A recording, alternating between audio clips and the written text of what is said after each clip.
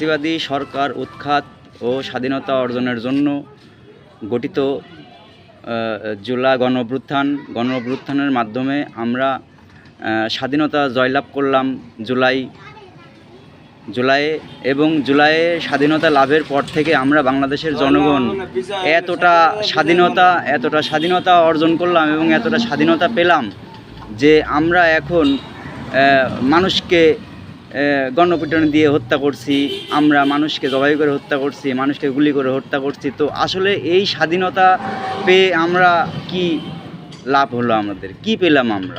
আমরা কি এই স্বাধীনতা পেলাম যে আমাদের ভেতরে বিশৃঙ্খলা, তারপরে আমরা আইন মানছি না, নিয়ম মানছি না, আমরা বেপরোয়া?